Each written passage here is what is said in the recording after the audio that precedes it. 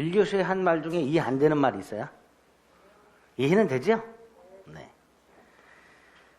기억은 안 나죠? 네. 민법 중에서 총칙을 말씀드리고 있고요. 총칙의 대부분이 우리 시험법에 나오는 게 법률행위라는 놈의 유효 요건이라는 게 뭔지를 보고 있고요. 법률행위는 이제 계약 같은 거 생각하자 그랬습니다. 계약이 유효해야 권리와 의무가 생기게 된다. 그런 뜻이라 그랬죠. 그 유효요건 중에서 모든 행위가 공통적으로 합치된 일반적 유효요건이라는 걸 보고 있고요. 그 일반적 유효요건 중에서 세 가지. 당사자는 능력이 있을 것 같고요. 그다음 목적이 확정성, 가능성, 적법성, 사회적 타당성을 갖춰야 되는데 그중에 이제 적법성까지 말씀을 드린 거예요. 그죠? 그리고 마지막에 이제 사회적 타당성이죠. 자, 이 사회적 타당성은 쉽게 생각하세요. 사회 질서.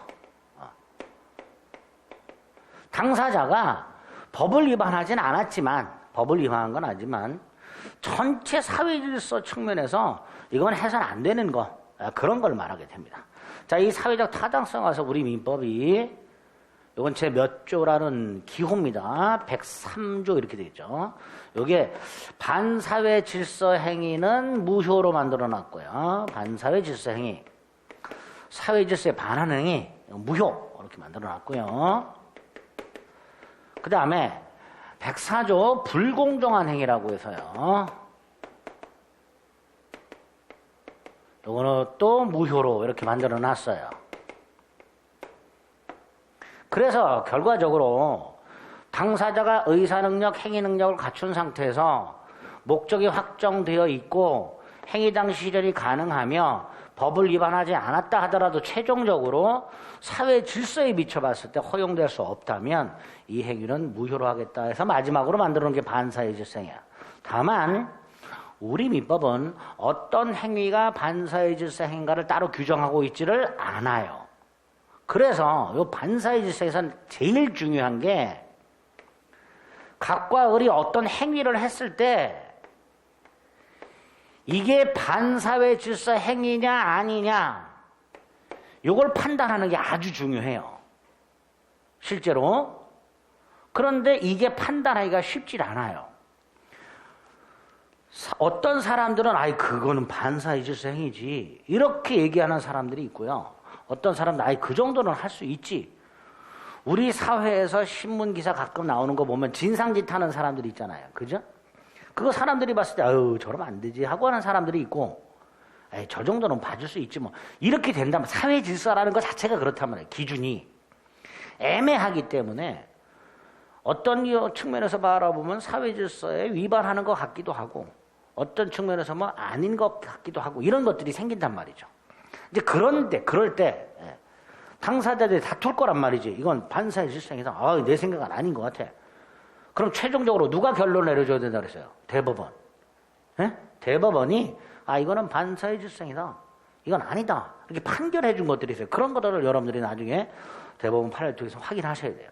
어쨌든 반사회 질서에는 이게 핵심이다. 어떤 행위가 사회 질서에 반하는가 반하지 않는가 이거 판단하는 게 중요하다. 그 판단을 누가 해놓은 거? 대법원이 판단해 놓은 거. 예를 들어서 갑이 땅이 하나 있는데 이 땅을 을한테 증여를 해요. 증여. 재산을 증여하는 건 나쁜 건 아니죠. 얼마든지 줄 수 있지. 뭐 자식한테 줄 수도 있고 부인한테 줄 수 있고 친인척한테 줄 수도 있고 친구한테 줄 수도 있고 내가 내 재산을 증여하겠다는데 이걸 막을 이유는 없어. 그런데 을이 협박을 했어요. 자, 협박을 민법에서는 강박이라고 합니다. 을이 갑을 협박합니다. 내놔. 안 내놔? 병풍 뒤에서 향냄새를 맡게 해주겠다. 뭐 이렇게. 그럼 갑은 무서워. 병풍 뒤에서 향냄새 맡을 수 있나요? 네. 어쨌든 그렇게 협박을 했어. 을이. 갑이 무서워서 증여했어. 쉽게 말하면 갑이 삥 뜯겼어요. 이거 반사회 질서 행위일까요? 아닐까요? 반사회 질서 행위일까요? 내가 재산을 협박을 해서 뺏겼어. 그럼 을의 입장에서는 협박해서 재산을 뺏었죠. 반사회 질서 행위도 아니다. 아니라고 합니다. 우리 대법원이. 재산을 강제로 뺏었는데? 이건 우리 민법에 취소할 수 있도록 해놨어요. 이런 경우는 뭐 할 수 있도록 해놨다고요? 취소할 수 있도록 해놨어요. 그러니까 따로 있단 말이지. 취소할 수 있다고. 그러니까 이건 반사의 질서가 아니다. 이런 식으로 판결하는 거예요. 우리 대법원이. 그런 것들을 나중에 이제 기본서를 통해서 하나하나 여러분들이 이해, 숙지, 암기하셔야 됩니다. 자, 아까 이 부분에서, 이 목적 부분에서 두세 문제 나온다 그랬죠? 그 중에 한 문제 나오는 게 이거예요. 거의 매년. 박스 쳐놓고 반사의 질서 행위인 것을 고르세요? 아닌 것을 고르세요? 이런 문제들이 나와요. 아주 중요하죠. 어쨌든 그런 걸 나중에 여러분들이 확인을 해 주셔야 된다. 그게 반사의 질서 행위예요. 두 번째가 이 불공정한 행위는, 불공정한 행위를 뭘 말해요? 폭리행위를 말합니다. 폭리행위. 작년 초에 마스크 사태, 품절 사태, 최근에 있었던 요소수 품절 사태. 어떤 물건이 수요는 겁나 많은데 공급이 딸리면 부르는 게 값이죠. 그런 경우를 한번 생각해 보세요. 내가 요소수가 똑 떨어져 가지고 화물차 운행을 못하고 있는 똥끝이 타고 있는 상태. 예? 그런 상태에서 요소수를 쟁여놨던 놈이 기존에는 10,000원이었는데 심리서 하나가 20만 원을 달래. 그럼 20만 원을 주고라도 살 수밖에 없죠. 그럼 팔아먹은 놈은 10,000원짜리를 20만 원 주고 팔았으니까 19만 원에 뭘 취했다고 말해요? 폭리. 그쵸? 그 폭리 행위를 무효라는 게 불공정한 행위예요. 폭리 행위를 무효라는 게 뭐다? 불공정한 행위. 자, 그럼 이 폭리 행위가 있게 되면 두 사람 중에 하나는 폭리를 취하겠죠. 한 사람은 폭리를 당하겠죠. 폭리자, 피해자 이렇게 불러요. 갑이 을에게 10리터짜리 요소수 기존에 10,000원짜리야. 이걸 넘겨줘. 자, 시가 10,000원짜리죠. 20만 원을 줬어. 기존 시가 10,000원짜리야.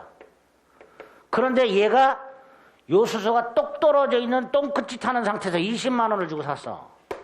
자, 갑은 19만 원에 폭리를 취했죠.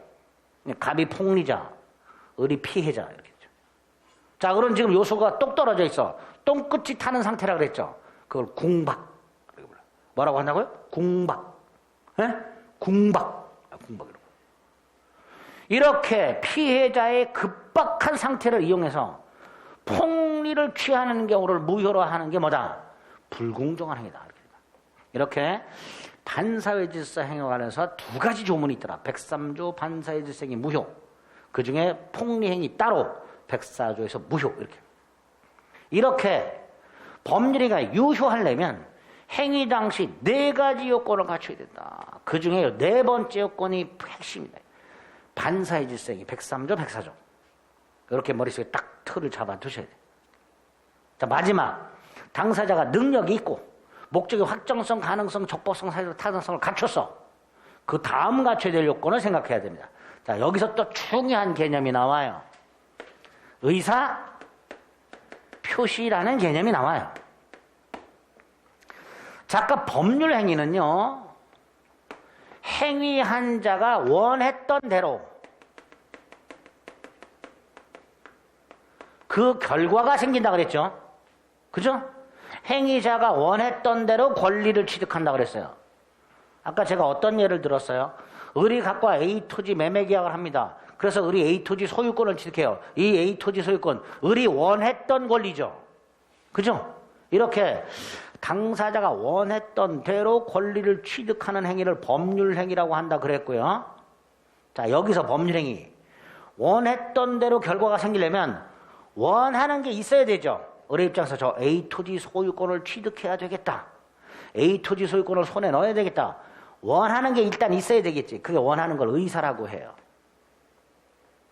두 번째, 을이 A 토지 소유권을 손에 넣어야 되겠다고 생각했어요. 의사. 가만히 있으면 안 되고 갑한테 가서 자신의 의사를 표시해야죠. 그게 표시예요. 을이 갑한테 가서 네 땅을 내가 원한다. 1억에 팔아라. 이렇게. 결국 법률 행위이려면 그 법률 행위에는 반드시 필요한 게 있어. 의사 표시. 그죠? 그래서 법률 행위하고 의사 표시의 관계는 마치 찐빵과 앙꼬의 관계가 되는 거예요. 자동차와 엔진의 관계가 되는 거예요. 반드시 필요한 거. 법률행위에 반드시 필요한 거. 그게 뭐다? 의사 표시. 원하는 것을 표시하는 것. 그게 반드시 필요하단 말이죠. 왜? 원하는 대로 결과가 생겨야 되니까. 원하는 게 있어야 되고 표시가 있어야 되겠지. 그래서 법률행위와 의사 표시의 관계, 찐빵과 앙꼬의 관계다. 이렇게 생각하시면 돼요. 그러면 법률 행위가 유효하려면 당연히 이 의사표시가 정상적이어야 돼요. 그죠? 만약에 의사표시가 비정상적이라면 법률행위도 비정상적일 수밖에 없겠지. 법률행위 필수 요소가 의사표시인데 이 의사표시에 뭔가 문제가 생기면 법률행위도 무효 또는 취소할 수 있게 되는 거예요.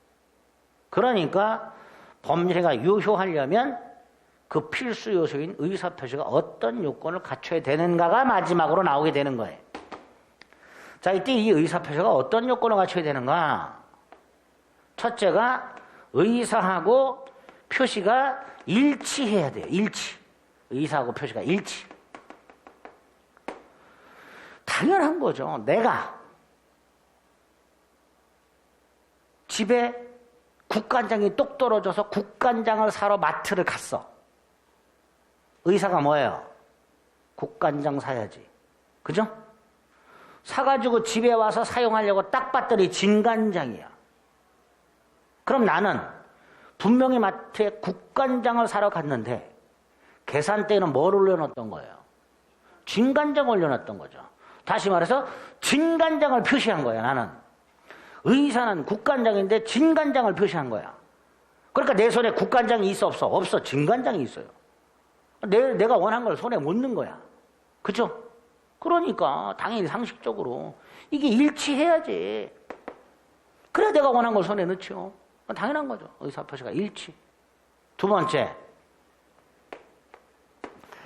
아까 감히 그렇게 증여를 할 때 증여는 괜찮은데 협박을 당했어. 사기를 당했어. 이거 정상적이에요? 누군가에게 속아갖고 물건을 주거나 누구한테 협박당해서 물건을 주거나 팔거나 이거 정상적이에요? 비정상적이잖아요. 그러니까 두 번째가 사기나 강박을 당하면 된다 안 된다? 안 된단 말이지. 이때 사기나 강박을 당하는 것 이걸 하자가 있다 그래요.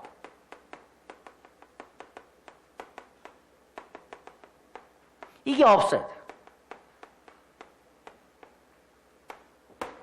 이게 세 번째 요건이에요. 의사와 표시가 일치하고 뭐가 없을 것? 하자가 없을 것. 여기서도 두세 문제가 나와요. 아까 목적 요건에서 두세 문제, 의사 표시 요건에서 두세 문제 이렇게 나와요. 자, 정리. 법률행위가 유효하려면 당사자는 능력, 그중에 특히 의사 능력, 행위 능력이 있어요. 두 번째, 능력이 있다 하더라도 그 목적이 원하는 권리가 확정돼 있고 실현이 가능하고 적법하고 사회 질서를 지켜야 돼요. 그렇다 하더라도 마지막으로 법률행위의 필수 요소인 의사 표시가 그 의사와 표시로 나눌 수 있는데 그 의사하고 표시가 일치를 해야 되고 그 다음에 사기나 강박을 당해서는 안 되고 이게 마지막 요건이 된 거야. 그러면 여기에 문제가 생기면 어떻게 될까? 여기에 문제가 생기면 당연히 이것도 영향을 받는다 그랬죠. 그걸 민법이 규정을 해놨어요. 비정상적 의사표시라고.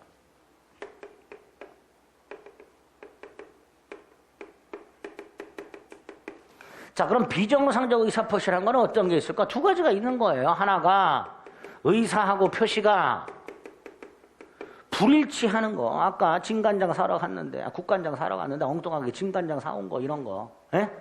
이런 거 어떻게 할 거냐 말이죠. 이게 첫 번째고요. 불일치하는 거. 둘째, 일치는 하지만 사기나 강박을 당하면 어떻게 할 거냐 말이죠. 크게 이렇게 두 개가 있어요. 비정상적 의사표시가. 그런데 여기서 요 놈은 또다시 세 개가 있어요. 그 중에 하나가 진의 아닌 의사표시라는 게 있고요. 허위 표시라는 게 있고요. 착오에 대한 의사표시가 있어요. 이렇게 세 가지. 진의 아닌 의사표시, 허위 표시, 착오. 이 세 가지. 이 세 가지는 공통점이 뭐예요? 의사하고 표시가 불일치하는 거. 이렇게 됩니다. 자, 그 중에 비진의 표시. 예를 하나 기억합니다. 거짓으로 사직서를 내. 자, 거짓으로 회사를 진짜 그만둘 생각이 있는 게 아니고요. 그만둘 생각이 없어요. 사직의 의사가 없어. 근데 사직서를 냈어. 사직의 의사가 없는데 사직하겠다고 표시했어. 의사 표시가 불일치하죠. 이런 걸 비진의 표시라고 해요. 진이 아닌 의사 표시. 두 번째, 허위 표시. 각과 의사에 A 토지를 매매했는데요. 이 매매가 가짜야, 가짜. 가장 매매. 갑은 실제로 땅을 팔 생각이 없고요. 을도 살 생각이 없어. 그런데 가짜로 매매한 것처럼 꾸며요. 왜 그랬을까? 세금이 많이 나와. 갑의 입장에서 땅이 많아. 합쳤더니 종부세가 많이 나와. 안 되겠다. 하나는 다른 사람 이름으로 돌려놔가지고 세금을 좀 줄여봐야 되겠다. 친구 을을 불러가지고 야, 네 이름으로 좀 해놓자. 이런 경우. 이런 걸 허위 표시라고 합니다. 어쨌든 두 가지가 일단 있어요. 비진의 표시하고 허위 표시하고. 그 다음에 이 세 번째 거, 이게 착오예요. 이 착오가 지금 말씀드렸던 국간장, 진간장 이런 거야. 그럼 이 세 가지는 다 의사 표시가 불일치하는데 어떤 차이가 있을까? 이거 자신의 의사 표시가 일치하지 않는 거 알고 하는 거, 알고. 거짓 사직서 생각해 보세요. 나 사직의 의사가 없어. 근데 사직서를 냈어. 사직서를 낼 때 본인 스스로가 사직의 의사가 없다는 걸 알아요, 몰라요? 알지, 내 생각에. 나 현봉협상에서 유리한 지위를 차지하려고 블러핑하는 거예요, 지금 회사하고. 밀당하는 거예요, 밀당. 본인이 알아, 나 사직의 의사가 없다는 거. 이렇게 알고 있는 경우가 있고, 국간장, 진간장은 어때요? 모르잖아, 그죠? 깜빡하고 잘못 사온 거잖아요. 이런 식으로 의사 표시가 불일치하는 경우가 3개가 있는데, 그 중에서 이 2개는 자신의 의사하고 표시가 일치하지 않는 걸 알고 하는 거고, 알고. 이거는 모르고 하는 거, 모르고. 이렇게 되어 있어요. 이런 걸 비정상적 의사 표시를 합니다. 3개가 있다 정도 생각하시면 돼요. 일단은. 그 다음에 사기 강박이 하나가 있어요. 110조라고. 쉽게 생각해서 계약할 때 속았거나, 계약할 때 협박을 당했거나, 그럼 뭐 할 수 있다? 그 계약을 취소할 수 있도록 하는 거예요. 이런 것들이 비정상적 의사표시고 4개가 있다. 그러니까 정리하면 당사자 능력이 있고 목적 요건 갖추고 엔드 의사표시가 일치하고 하자까지 없어야 일단 그 계약은 유효하다 이렇게 거야. 그래서 실제 내용을 보면 이 요건을 제대로 갖추지 못하면 그 계약은 무효 또는 취소할 수 있도록 해놓은 겁니다. 그런 게 어떤 게 있는지 여기서 보는 거예요. 이게 일반적 유효요건이라는 것들입니다. 일반적 유효요건에서 4문제 내지 5문제가 나온다 생각하시면 돼요. 자, 두 번째가 특별 유효요건이라고. 예를 들어서요, 우리 매매계약 같은 거 할 때 관할관청의 허가를 받는 경우가 거의 없죠. 편의점이나 마트 가서 물건 사고 팔 때 허가 받아본 적이 있어요, 없어요? 없죠.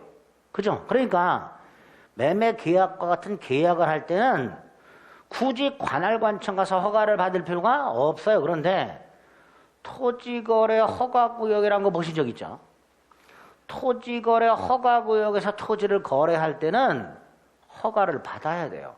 토지거래 허가구역이라고 되어 있기 때문에 그 토지거래 허가구역 내에서 토지를 거래하려면 허가를 받아야 돼요. 만약에 허가를 받지 못하면 그 토지거래는 무효가 돼요. 그러면 토지거래 매매 중에서 허가구역 내의 매매만 뭐가 필요해? 허가가 필요하죠. 그죠?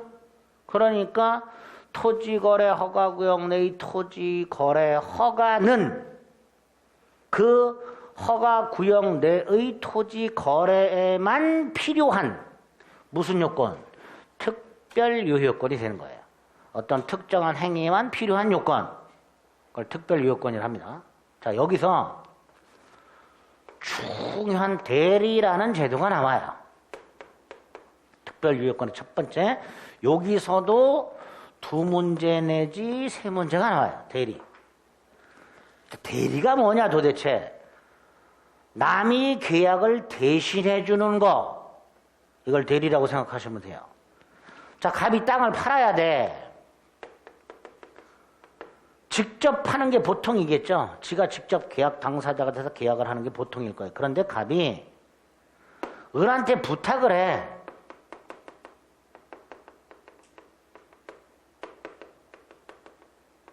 매각을 부탁을 해. 의뢰를 해. 그래서 을이 갑의 의뢰를 받아가지고 을이 갑소유 땅을 매매를 해.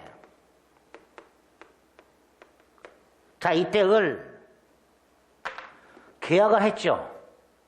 자, 이 계약상 권리와 의무 누구한테 속할까요? 권리와 의무는 갑에게 생겨요. 그죠? 계약상 권리와 의무가 갑에게 생겨요. 갑에게. 근데 그 권리와 의무가 생기는 갑이 아니라 을이 계약을 대신해 줬어요. 그죠? 이런 걸 대리라 하자. 계약을 대신해 주는 사람을 대리인, 권리 의무를 가져가는 사람을 본인 이렇게 부르잖아. 그럼 이 대리인에 의한 계약은 자신이 직접, 갑이 직접 계약하는 거하고 다르죠? 다르잖아. 그러니까 요 경우에 이 계약, 을이 한 계약이 유효하려면 특별하게 뭐 더 필요한 게 있을 거란 말이죠. 그죠? 갑이 직접 계약을 하면 일단 이것만 있으면 돼요. 계약하는 당사자가 능력이 있어야 되고, 계약의 목적이 확정성, 가능성, 적법성, 사회적 타당성 이런 거 갖춰야 되고, 의사 표시가 일치하고 하자가 없고, 그럼 계약이 유효한 거예요. 근데요, 잘 생각해 보세요. 지금 이 경우에는 얘가 직접 계약을 해요, 안 해요? 얘가 해요, 얘가. 그러니까 벌써 첫 번째 요건, 당사자. 여기서 갑. 의사 능력이나 행위 능력이 필요할까, 안 할까? 필요 없어요. 갑이 직접 계약을 하는 게 아니야. 을이 계약을 하고 있어. 아까 계약 당사자가 만취 있으면 무효라 그랬죠? 그죠? 근데 지금 계약 당사자인 갑이 직접 계약을 하는 게 아니고 그 대리인이 하고 있잖아. 그럼 얘는 을이 계약하고 있을 때 만취해 있어도 되겠지요? 그렇잖아요. 그러니까 자신이 직접 계약하는 게 아니라 다른 사람을 통해서 계약을 하는 경우에는 우리가 지금까지 봤던 일반적 유효요건과는 다른 뭔가가 더 필요하다라는 거죠. 예를 들어서 만취 있으면 돼요, 안 돼요? 안 된단 말이지. 그 특별한 유효요건이 뭐냐 말이죠. 크게 두 가지가 필요하다. 첫째가 을이라는 놈에게는 정상적인 대리권 이란 게 있어야 되고요. 두 번째, 을이 병하고 법률행위, 계약을 할 거 아닙니까? 그 계약을 대리행위라는 형태로 해야 돼요. 이 두 가지를 모두 갖춰야 계약은 유효다 이렇게 되는 거죠. 앞에서는 이런 거 안 봤잖아요. 그러니까 요 두 놈은 자신이 직접 계약을 하지 않고 타인이 대신 계약을 해주는 경우에만 필요한 거예요. 자, 그 중에 첫 번째 대리권. 이 당연한 거죠. 을이 갑에게 땅을 팔아달라고 부탁을 한 적이 없어요. 그럼 을은 갑을 위해서 계약을 할 권한 따위는 없지요. 그게 대리권이에요. 다시 말해서 대리권이란 본인을 위해서 계약 따위를 할 수 있는 지위, 이게 대리권이 되는 거야. 그러니까 그게 일단 있어야 돼. 다시 말해서 갑일한테 부탁을 했어야 돼. 팔아달라. 그죠? 이게 있어야 돼요. 두 번째, 을이 대리행위를 해야 되는데, 자, 보세요. 을이 병하고 A 토지를 매매합니다. 자, 이때 이 A 토지 누구 거예요? 갑소유죠. 근데 을이 병한테 계약을 할 때 자기 땅이라 그랬어, 을이. 을이 병한테 이거 내 땅이다 그랬어. 이렇게 하면 돼요, 안 돼요? 안 되지. 갑이 직접 할 때는 어떻게 돼요? 내 땅이다 그러겠죠. 그죠? 근데 을이 갑소유 땅을 줄 때는 을이 병한테 이거 내 땅이다 그러면 안 되죠. 누구 땅임을 밝혀야 돼요? 갑소유 땅임을 밝혀야 돼요. 그죠? 그게 대리행위야. 일반적으로 내가 직접 할 때는 내 거라 그러면 돼. 근데 너는 남의 거 팔아주고 있지 않냐 대신. 그러면 계약 당시에 상대방한테 네 땅이 아니라 네가 매도인이 아니라 매도인은 따로 있고 너는 계약을 대신해 주는 사람이란 걸 밝혀라 말이지. 그걸 뭐라 한다? 대리행위라고 부르는 행위예요. 즉 대리행위 할 때는 을이 병하고 계약을 할 때 이 땅이 을 내게 아니라 다른 사람 땅임을 밝혀야 되는 거예요. 원래 소유자는 따로 있고 나는 계약을 대신해 주는 사람이란 걸 밝혀줘야 됩니다.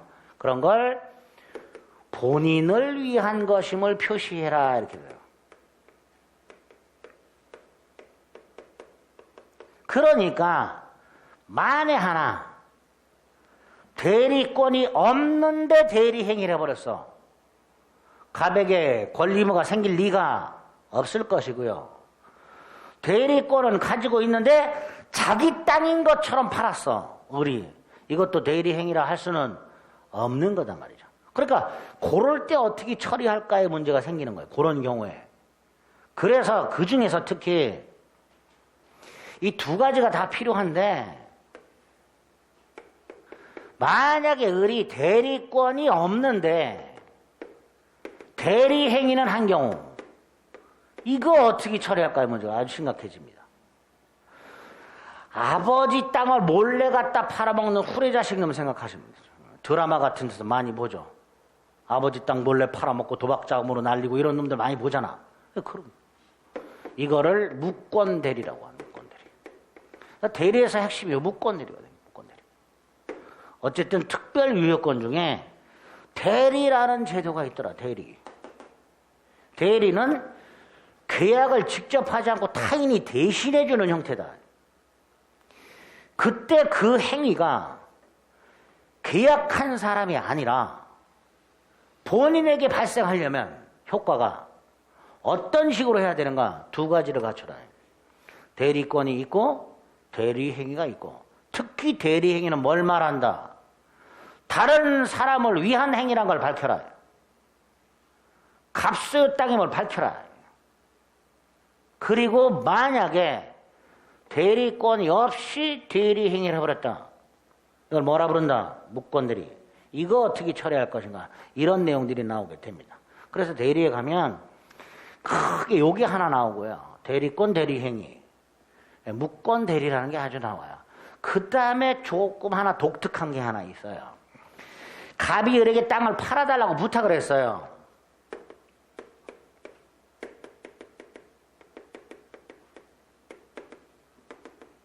대리인이죠. 그런데 을이 지가 직접 하지 않고 병한테 또 부탁을 하는 경우가 있어요. 이런 경우 있죠. 갑이 을에게 뭐 해달라고 부탁을 했는데 을이 그걸 하질 않고 또 다른 사람한테 부탁을 했어. 쉽게 생각하세요. 야, 땅 좀 팔아줘. 오케이. 해놓고 지가 병한테 가가지고 야, 갑이 나한테 이런 부탁을 했는데 네가 좀 대신해. 이런 경우. 자, 이때 얘를 뭐라고 부르냐? 복대리인 이렇게 불러요. 이게 마지막 한 세트예요. 대리 파트에서 기본이 대리권, 대리행위라는 개념과 두 번째 대리권이 없는 자의 대리행위라는 개념, 무권대리. 그리고 대리인이 직접 하질 않고 또다시 또 다른 대리인한테 맡기는 경우. 이걸 뭐라 한다? 복대리. 이런 것들이 대리에서 나오게 됩니다. 특별유효권에 이걸 딱 머릿속으로 뼈대를 잡아야 돼요. 여기까지 하면 벌써 적어도 6문제 내지 7, 8문제가 나오는 거예요. 그게 목적요건, 의사표시, 대리. 여러분들 나중에 기본서를 보게 되면 민법 총칙의 목차를 딱 보면 목적, 의사표시, 대리. 여기 쪼로로 순서대로 나옵니다. 그걸 보는 거예요. 그 다음 특별유효권이 하나 더 있어요. 나오는 게 특별유효권이. 첫 번째 대리봉구, 두 번째 갑이 을한테 자동차를 사주기로 약속을 했어요. 나 자동차 사줄게. 뭐 부인한테 약속하기도 하고 이제 애들한테 약속하기도 하고 나 차 한 대 사줄게. 증여죠. 그냥 사주는 거예요. 증여입니다. 그런데 갑이 그냥 사주는 게 아니라 뭔가를 붙였어. 내년 33회 시험에 합격해라. 특히 여자분들 중에는 남편이 차 사준다고 해줬다고 막 열심히 공부하는 분들이 있어요. 뭐 그런 거 생각해 보시면 돼요. 애들한테도 이번 기말고사에서 평균 90점 이상 넘으면 휴대폰 바꿔줄게. 뭐 이렇게. 예? 애플로 바꿔줄게. 뭐 이런 식으로. 뭘 주기로 해놓고 치사하게 조건을 붙여버렸어. 그럼 만약에 이렇게 33회 시험에 합격을 하면 자동차를 주겠다라고 약속을 한 경우에 을은 이 자동차에 대한 권리가 생기려면 어떻게 해야 돼요? 시험에 붙어야지. 그죠? 결국 시험에 붙어야 이 계약이 유효가 되는 거예요. 시험에 붙어야. 그죠? 그러니까 갑이 그냥 주겠다고 한 게 아니라 이런 걸 만약에 붙여놨다면 그 조건이 달성이 되어야 계약이 유효한 거예요. 그러니까 그냥 자동차를 주기로 한 게 아니라 시험에 붙으면 주기로 했을 때 이때는 시험에 붙었다가 유효 요건이 되는 거예요. 그죠? 그러니까 유효 요건에서 보는 특별 유효 요건에서 이럴 때 시험에 붙는 거 이런 걸 법률 행위에 부관 이런 걸 뭐라 한다? 법률 행위에 부관 이렇게 불러요. 이게 민법 총칙 마지막 파트에 나와요. 여기서 한 문제가 나와요. 법률 행위 부관에서.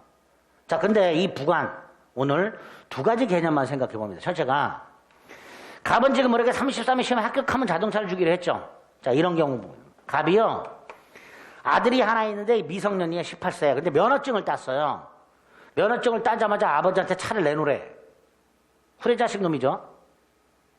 아버님이 미성년인데 아직 사주기는 뭐하고 그래서 내년에 성년이 되면 자동차를 주기로 했어요. 그냥 안 내. 너 한 살만 더 먹어. 성년이 되면 사줄게. 그럼 이 경우에도 위하고 똑같이 성년이 되어야 유효가 되지요. 그죠? 그러니까 이 성년이 된다라는 것도 위에 거하고 똑같이 뭐가 되는 거예요? 법률행위 부관이 되는 거예요. 그죠? 법률행위를 유효로 만드는 것들 이런 것들을 법률행위 부관이라고 한다 그랬으니까 시험에 붙는 것도 부관이고 성년이 되는 것도 부관이란 말이죠. 그죠? 근데 위에 시험에 붙는 거하고 성년이 되는 거하고는 조금 성질이 달라. 어떻게 다를까? 위에 거 시험에 붙는 거 확실해요? 불확실해요? 불확실해요. 근데 성년이 되는 건 어때요? 확실하죠. 나누는 거야. 법률행위 부관에는 두 종류가 있구나. 불확실한 게 있고 확실한 게 있고 나눌 수 있죠. 나눠서 이름을 또 붙여요. 불확실한 걸 조건이라고 부르자. 확실한 걸 기한이라고 부르자. 이렇게 하죠. 우리 민법을 공부하지 않는 사람들은 밑에 것도 조건이라고 부르죠. 성년이 되는 걸 조건으로 이렇게 얘기하잖아요. 그죠? 지금부터는 구별하자 말이지. 확실한 건 뭐라? 기한. 불확실한 게 뭐다? 조건. 이게 마지막에 나오고 민법 총칙에. 이게 또 되게 어려워요. 또 지금 아무것도 아닌 것 같은데 나중에 가보면 또 그지같이 어려워. 그거를 나중에 할 겁니다. 자, 이렇게 민법 총칙은 법률행위의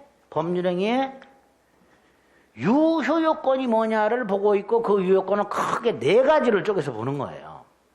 목적 요건, 의사표시 요건, 그 다음에 특별한 거 두 개, 대리인을 통한 계약이 유효하려면 어떤 요건이 필요한가? 마지막으로 계약을 하면서 부관을 붙이면 어떻게 되는 거예요? 부관. 그리고 그 부관에는 뭐가 있다? 조건과 기한이라는 게 있다. 네 덩어리. 여기에서 총 9문제 정도. 8문제 내지 9문제가 여기서 나온 거야. 그 다음 마지막 하나는 뭐냐? 법률행위가 유효 요건을 갖추지 못했어. 예컨대 목적이 확정이 안 돼 있어. 의사표시가 비정상이야. 대리인이 대리권이 없이 대리 행위를 했어. 유효 요건을 못 갖췄으니까 그 법률 행위는 무효겠죠. 그런데 아까 강박 같은 거는 뭐라 그랬죠? 이런 거 취소할 수 있다고 그랬죠. 또 미성년자가 계약을 할 때 부모 동의 없이 계약을 했다. 뭐 할 수 있다고 그랬어요? 취소할 수 있다고 그랬어요. 그러니까 법률 행위가 유효 요건을 갖추지 못하면 그 법률 행위는 무효가 돼 원칙인데 우리 민법은 뭐도 있다. 취소할 수 있는 경우도 있구나. 그래서 이걸 묶어가지고 무효와 취소 여기 따로 나와요. 무효와 취소. 여기 5번째 무효와 취소. 여기서 한 문제 내지 2문제가 나오는 거예요. 법률 행위가 유효 요건을 갖추지 못한 경우 그럼 법률 행위 무효야. 근데 우리 민법은 취소할 수 있는 경우도 만들어놨어요. 그러니까 요 무효인 행위와 취소할 수 있는 행위를 어떻게 잘 마무리를 지을 것인가 이런 걸 규정해 놓은 게 여기란 말이죠. 이게 마지막이 되는 거야. 다만 우리 시험 기본 조문 자체가 민법 조문 자체가 1, 2, 3, 4 그리고 저게 따로 나와요. 그러니까 민법 총칙이 총 5개가 순서대로 목적, 의사표시, 대리, 무효 취소, 부관입니다. 여기서 10문제 딱 나오는 겁니다. 이렇게 뼈대를 잡아놓고 민법 총칙을 접근하셔야 됩니다. 됐지요? 됐어요. 이게 앞으로 해야 될 민법 총칙의 내용이. 그 다음. 자, 우리는 지금 유효 요건을 쭉 봤고요. 유효 요건을 갖추지 못하면 무효 또는 취소라 그랬죠. 그죠? 그럼 반대로 유효 요건을 갖추지 못하면 무효 또는 취소라 그랬는데 유효 요건을 갖추면 계약은 유효할 거 아닙니까? 계약이 유효하면 계약한 사람에 뭐가 생겨요? 권리가 생겨요. 그죠? 권리 의무가 생긴다고 그랬어요. 자, 이때 이 권리 크게 2 종류가 있어요. 재산권하고요. 가족권하고 2 가지가 있어요. 재산권이라는 권리가 있고요. 가족권이라는 권리가 있어요. 크게 2개 민법에서는 권리 2개 정도 나와요. 자, 이 중에서 가족권은요. 친족권이라는 게 있고 상속권이라는 게 있어요. 감사하게도 우리 시험법이 아니에요.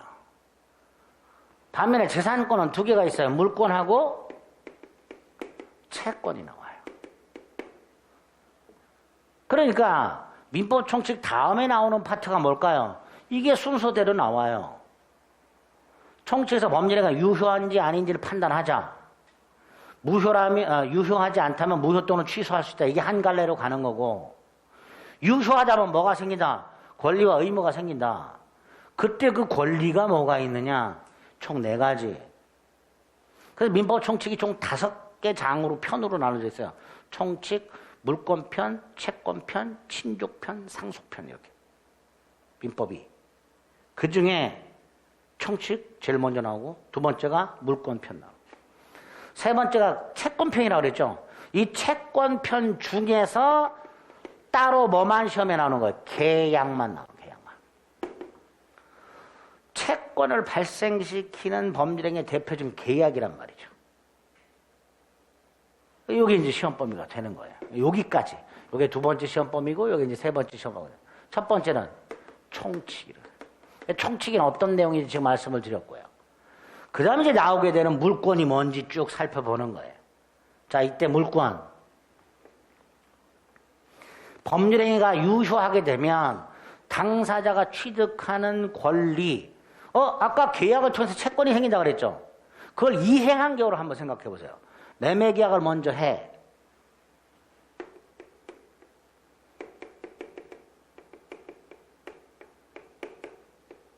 (1월 10일) 이행은 30일 날 하기로 해서 그럼 일단 1월 10일 계약을 하면 갑하고 올 사이는 채권이 먼저 생겨요. 갑은 어떤 채권이 생겨요? 대금 청구권. 을은 뭐가 생겨요? 소유권 이전 청구권. 그죠? 그 상태에서 이행이 되면 을은 뭘 취득해요? 소유권. 그죠?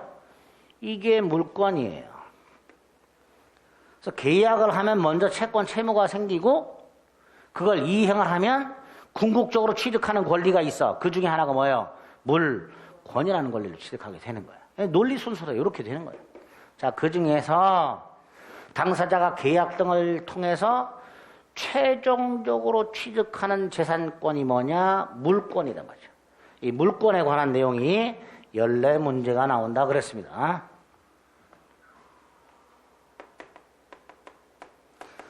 자, 그럼 물권도 공부할 때 민법을 공부할 때 제일 먼저 기본적인 거 가장 기초가 되는 걸 민법 총칙에서 했죠. 물권도 마찬가지야.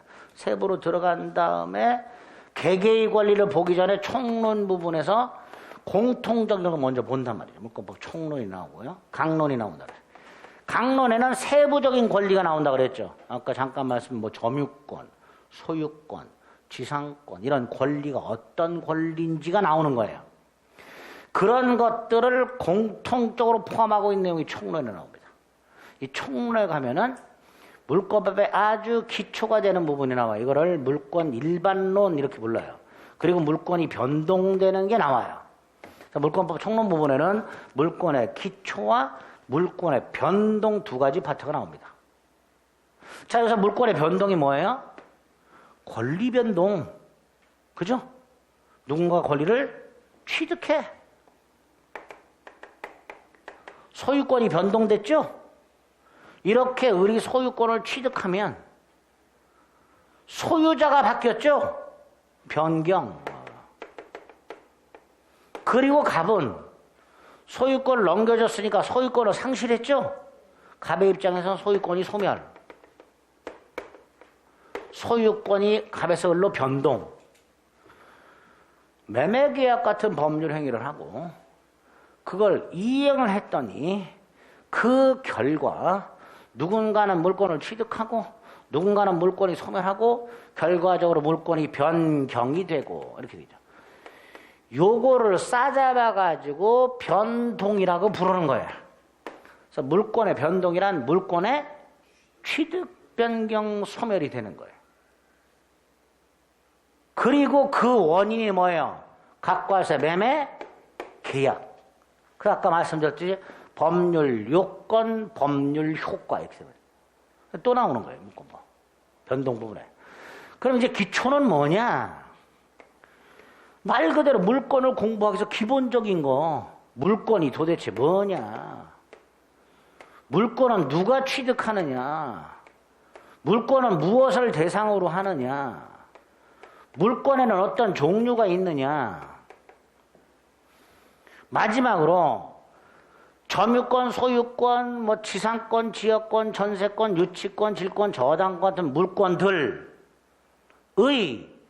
공통적인 효력이 있더라. 공통. 물권이라는 놈이 물권이 아닌 다른 권리, 채권 따위와는 구별이 되는 공통적인 효력이 있더라. 그걸 물권의 일반적 효력이라고 불러요.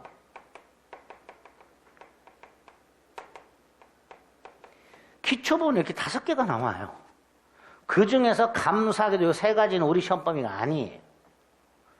의, 주체, 객체는 우리 시험 범위가 아니고 물권의 종류와 물권의 일반적 효력 2가지가 우리 시험 범위예요. 다만 일단 이걸 하기 위해서는 이거 기본적인 건 알아야 된단 말이에요. 물권이 뭐냐?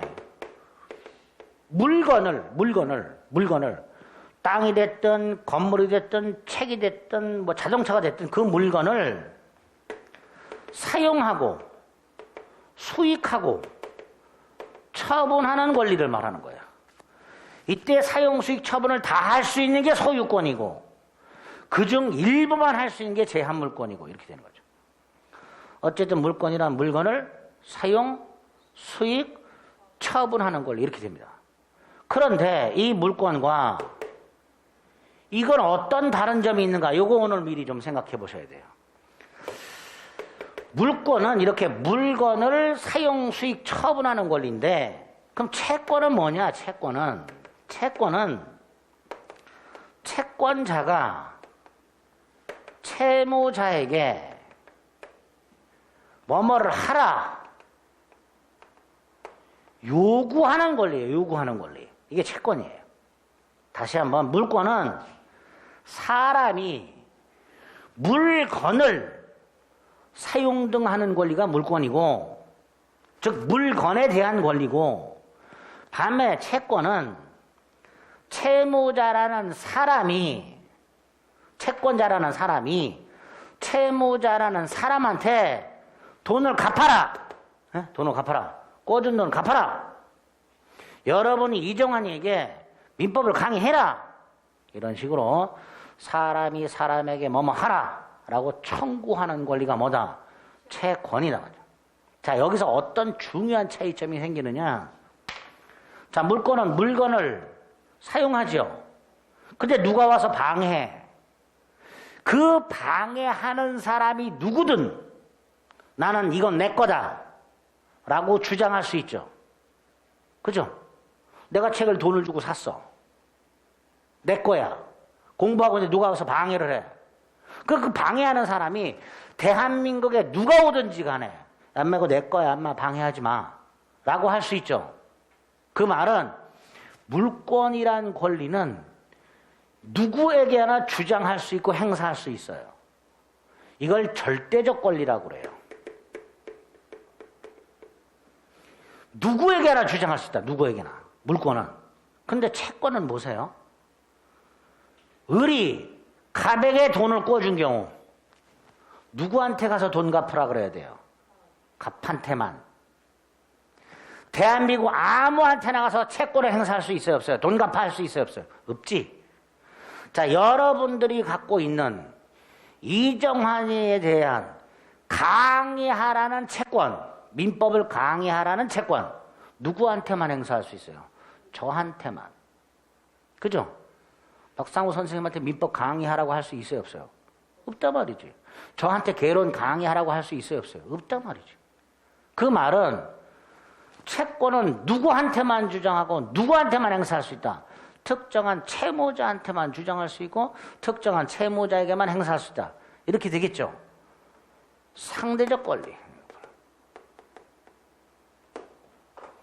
물권은 누구한테나 주장할 수 있다. 그러나 채권은 누구한테만 주장할 수 있다. 특정한 채무자한테만 주장할 수 있다. 다시 말해서 채권은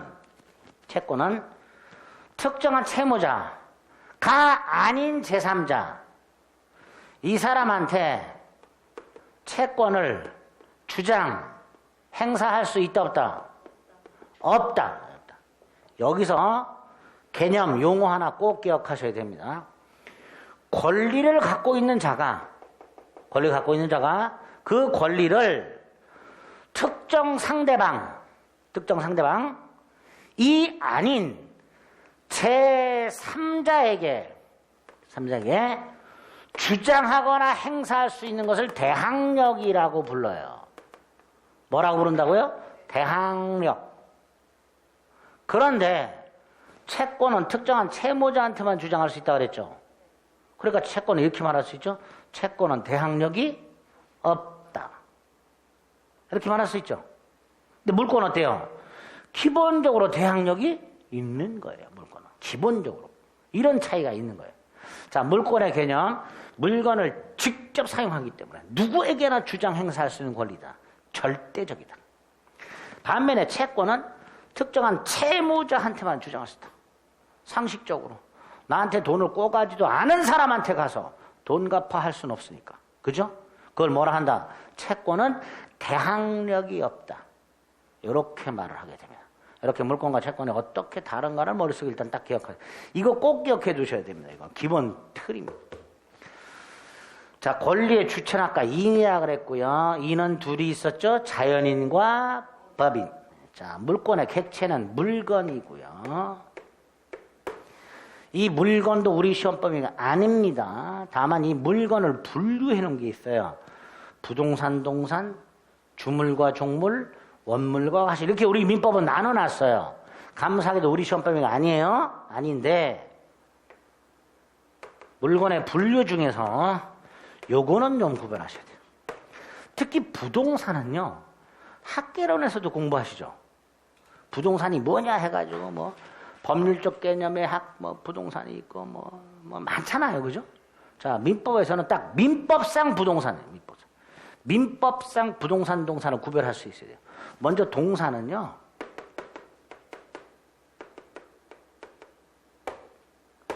부동산 이외의 물건이 동산이에요. 민법상. 동산은 이런 거다라고 규정을 하고 있질 않고요. 부동산이 아닌 건 다 뭐다? 동산이다. 이렇게 규정해 놨어요. 그럼 부동산이 뭐냐? 부동산이.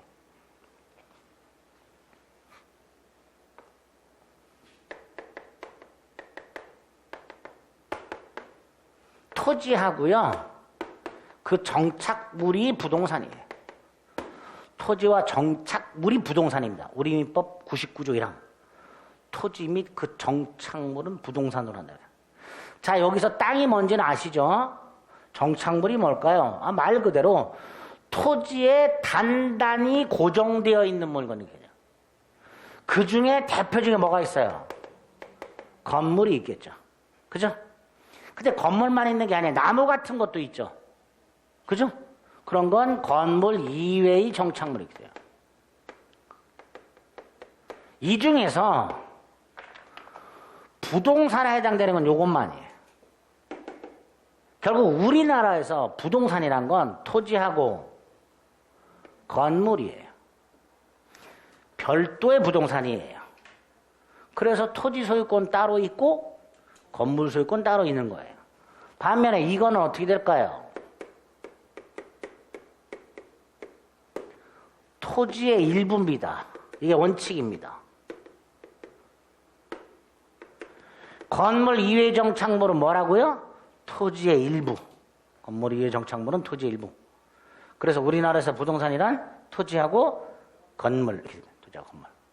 어쨌든 이렇게 부동산은 토지 및 그 정착물이고 정착물 중에서 건물만 별도의 부동산 이렇게 되고요. 그 다음 토지하고 건물의 개수를 판단하는 기준.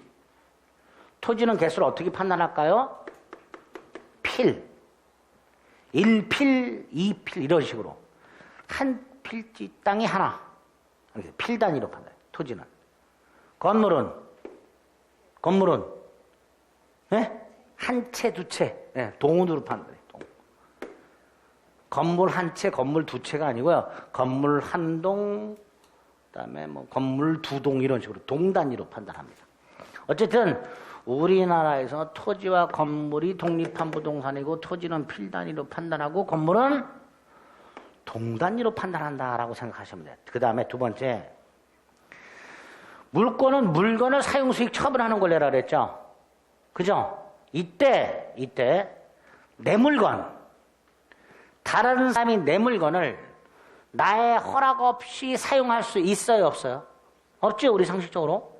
그 말은 내 물건은 나만 사용한다는 뜻이잖아요. 그죠? 다른 사람이 사용하면 내 승낙을 받아야 되니까 내 물건은 나만 사용해야 되잖아. 그러니까 물권의 특징 중에는 독점적이라는 거예요. 독점적.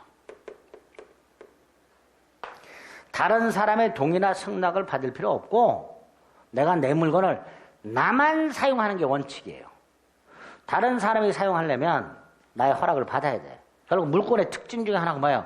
독점성이에요. 독점성. 그럼 채권도 독점적이냐? 잘 생각해 보세요.